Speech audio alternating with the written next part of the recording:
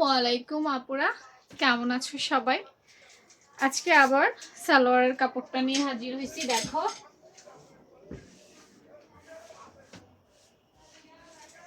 আপুরা, একটু খেয়াল করো। হ্যাঁ, সালোয়ার বানাবো তো সালোয়ার বানাইতে গেলে ধরো আমরা যদি একটা জামা বানাই, দেখা যায় গলা ফিক্সড থাকে, হাতা ফিক্সড থাকে, বা একটা ডিজাইন দেওয়া থাকে, বা ফুল থাকে, এখানে কাটতে হয়, বা নিচে ঘেরে একটা ডিজাইন দিয়ে দেয় কাটতে হয়। কিন্তু সালোয়ারের ক্ষেত্রে কিন্তু এইসব প্যারা নাই। একটা সালোয়ার যখন তৈরি করতে যাবে তখন তুমি চাইলে এদিক থেকেও মাপ নিয়ে কাটতে পারবে, অথবা তুমি যদি চাও যে আপু আমি এদিক থেকে কাটবো, আপু আমি এদিক থেকে কাটবো, তাও কাটতে পারবে, কোনো অসুবিধা নেই। মানে সালোয়ার কাটে এরকম কোনো নিয়মই নেই। হ্যাঁ, দেখা যায় অনেক সময় আমরা ভাঁজ পাশ থেকে কাটি, কারণ একটু সহজের জন্য কাটি, বাট এই সিট থেকে কাটলো কেউ তোমাকে কিছু বলবে না।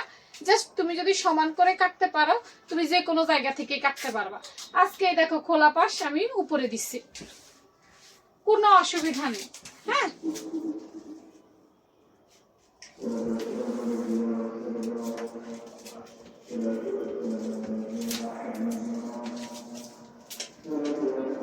আমি সমান করতে চাইলে আজান দিছে, আজানের পরে আবার পরের পার্ট দিব। হ্যাঁ,